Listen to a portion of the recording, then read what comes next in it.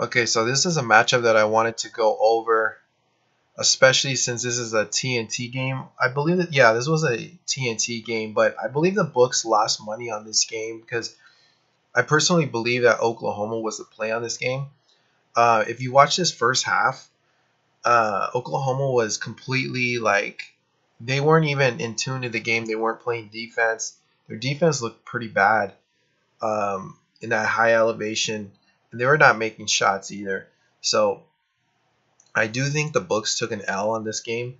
But if you take a look at this percentage, so you got 63% on Denver, right? Now, I want to go over this. There was something that happened late in the second half, and I believe that the books wanted Oklahoma to cover the second half game, the second half line. Okay, so you see here how Denver was pulling away in the at the end of the half.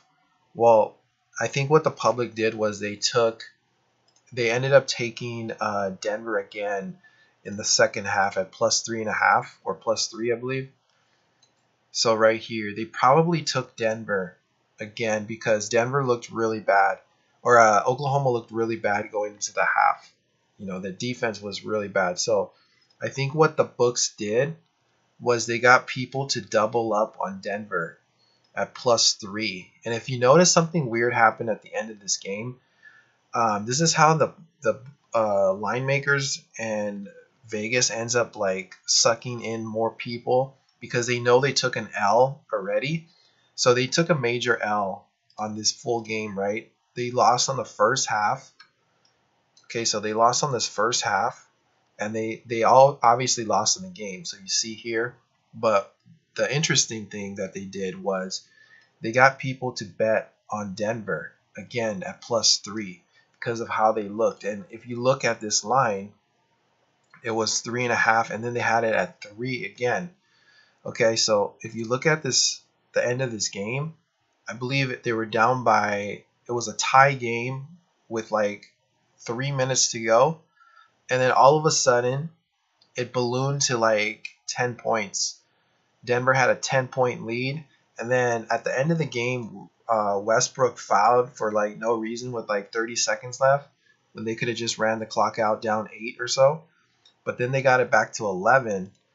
And then if you notice here, it's a 4-point game with a minute, 5-point game with a minute left. And look at the final score. So it's 121-112. Okay. It was they intentionally fouled Paul George to make 2 free throws, okay, when they were down by 11. So Oklahoma had the ball down 11 with like 20 seconds left, and they intentionally fouled. They called a foul, and they sent Paul George to the line to shoot 2 free throws to make it 112. So it was 110-121. So they would have lost the second half bet. Also, they would have lost 3 ways if they didn't call that intentional foul. So that's what I'm thinking. I'm thinking that the books had way too much lopsided action on Denver here at -3. Okay, they had -3. They lost on the -3. Okay, they lost the first half, and they're about to lose the second half if they didn't commit that foul on Paul George, which ended up having Oklahoma cover for this game for the second half line. They covered by 1 because it was 112-121. They outscored them by 4 in the second half, which they covered the line. So the books got back a little bit of action on this game, but I do believe they took an L on this one in the second half. They won the second half, but they lost the full game in the first half. So I'm going to go over why this happened. Okay, first of all, like I said, I do believe that Oklahoma was the play here, but let's move ahead to the next game. And this could maybe help a little bit. Okay, so the reason why Oklahoma was a play here is because if you notice Denver, they've won 5 in a row, right? Okay, so 4 in a row coming into this game. Now, they're playing Oklahoma. They just had this big win, which is crazy because they just had this big win against the Clippers at -9. Look at this score. Now they play a conference or a divisional opponent in Oklahoma, which is 1 and 2 respectively in the division, right?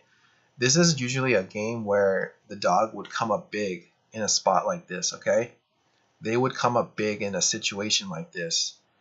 So that is why Oklahoma was the play here, and they took the L. So moving ahead to this next game, this is something to take note of.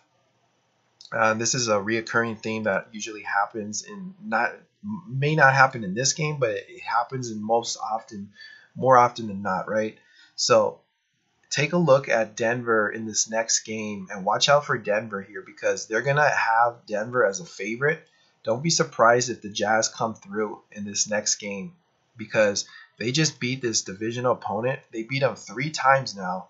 So they're kind of on a momentum. It's kind of like a momentum killer because they basically put in all the work already. They're 4 games ahead of Oklahoma now in that first seed in their division, right? So they completed what they needed to complete. So don't expect another great game from Denver here. This could be a letdown against the Jazz.